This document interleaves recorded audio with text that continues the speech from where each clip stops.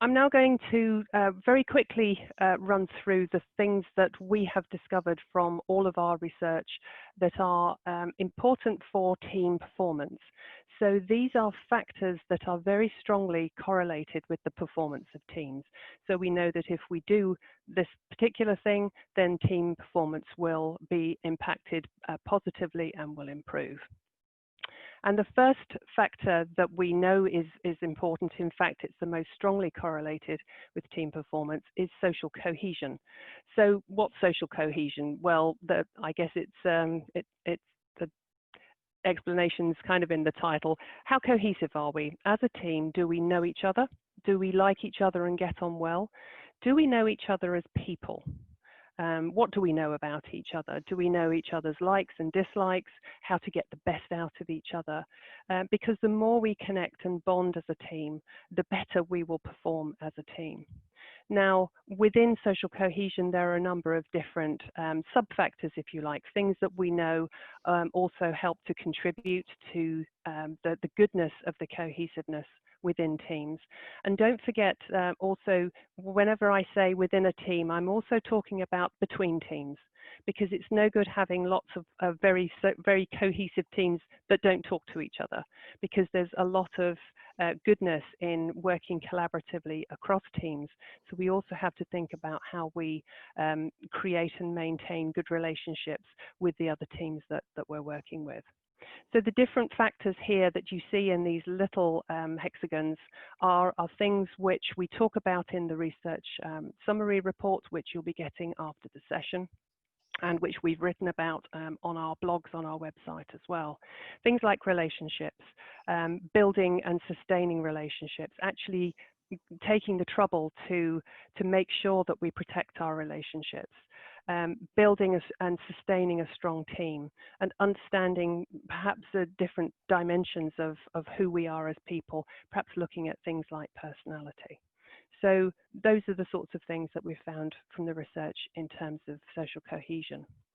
The next factor we have that's particularly strongly correlated is what we call perceived supervisory support.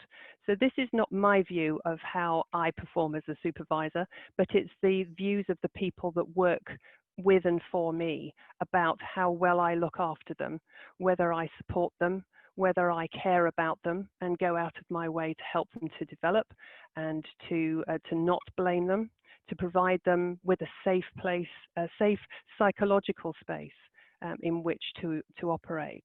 And if we put up the sub-factors here, you'll see that there are things around psychological safety. So do people feel confident in bringing issues to me? Do they feel that it's okay to take a risk and that they won't get me coming down on them like a ton of bricks, for example, and perhaps embarrassing them in front of their colleagues? We're also looking here at how much the team feels empowered to make decisions. This links very much to leadership and workership, the hexagon on the left-hand side here, which illustrates that this doesn't need to all be about the manager or the supervisor. If we are all adopting good workership, then we are sharing responsibility for success. We're not just waiting for managers to direct us. And there's also a final little component here, which is cognitive bias. So recognizing that we're all inherently biased. And I know there's a lot of talk in the news at the moment about a different kind of bias, but this is about availability of information upon which to make judgments, and going out of your way, again, in an evidence-based sense, to gather all the information you need before making judgments about somebody's performance or how well things are being conducted. I think I probably need to pick up the pace a little bit, so let's have the next factor. So the next degree to which we share information with each other, and this is really about the free flow of information within and between teams. So a lot of this can be seen to be stifled if we're very inward looking and we're totally focused on our own objectives and we're not sensitive and alert to the objectives of other teams, for example, other teams very well benefit from having some of the information or accessing the skills that we have. But if we keep that very siloed, then they don't have access to it. Again, within a team, if I'm an expert and I decide that I'm just the, I'm the expert and I don't want anybody else to have any glory by knowing what I know, and I keep it all to myself, then I'm acting in my own interests, but not in the interests of the team or indeed the organization. So the sub-factors here are around how we coordinate tasks, how much we understand not only what we do, but how we do it, and is that understood across the team, and how well do we go about communicating with each other. There's richness in different types of communication, and choosing the right sort of communication medium is very important so that we communicate well as a team. The next factor, we're halfway through, 3 to go, vision and goal clarity. It's very important that we understand what the overall vision of the organization is. So that's the vision part. The goal clarity is how we see what we do fitting into that overall vision. There's a big disconnect and I can't really see how what I'm doing contributes to that big picture, then there's a real disconnect and the potential for things not to be as aligned as they could be. And here we have a sub-factor which is all about group goals, and it's important that members of teams can contribute those group goals. It helps to enable them to buy into them more readily. The penultimate factor is external communication, and this links back to information sharing and cohesion, in the sense that if we just look within our team for ideas, inspiration, support, skill sharing, etc., then we can be subject to groupthink, and anything not invented here perhaps isn't entertained.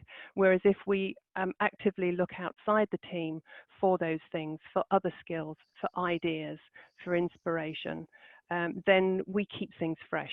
And the more sources, the more diverse sources you have, the better for the health of the team.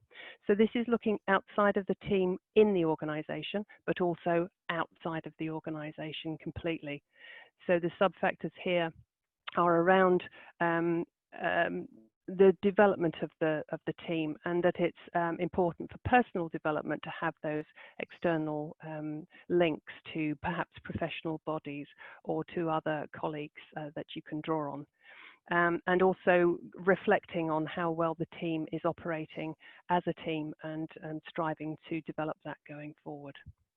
So rapidly coming to the last of these factors, trust, which you can is a good underpinner and a good foundation for all of the rest of these factors.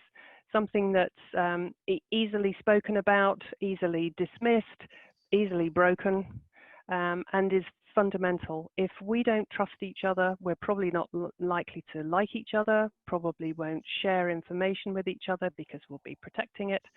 If a supervisor doesn't trust their members of the team, then that's not going to lead to empowerment or to to good collaboration. So trust is a really, really fundamental factor here. And I think we've got a sub-factor there. Yes, it's intra-team trust. But again, if we don't trust the teams outside of our team, then again, the information flow can be potentially stifled.